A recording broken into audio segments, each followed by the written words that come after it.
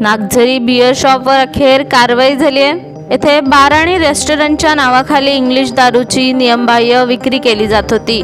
1 मे महाराष्ट्र दिवस dry day व आचारसंहिता असून देखील नागझरी बार अँड रेस्टॉरंट आणि नागझरी बियर शॉपीमधून दुकानाच्या पाठीमागून रात्री दारू पार्सल केली जात असल्याचे सीसीटीव्ही फुटेजमध्ये समोर आले।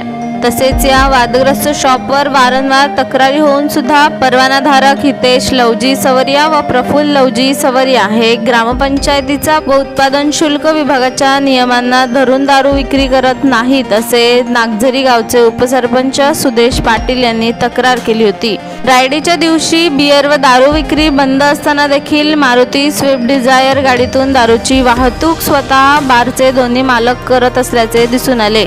यामुळे या प्रकरणी कारवाई करण्याची मागणी जोर धरू लागल्यानंतर राज्य उत्पादन शुल्क विभागाच्या अधिकाऱ्यांनी नागझरी बियर शॉपवर कारवाई करत दुकान सील केले। नागझरी बियर शॉप दुकानाच्या मालकाने नागझरी बार व रेस्टॉरंट नावाने आणखी परवाना घेतला असून हे हॉटेल बंद ठेवून वाईन शॉप प्रमाणे इथे बॉटल बंद दारूची बेकायदेशीर विक्री केली जाते।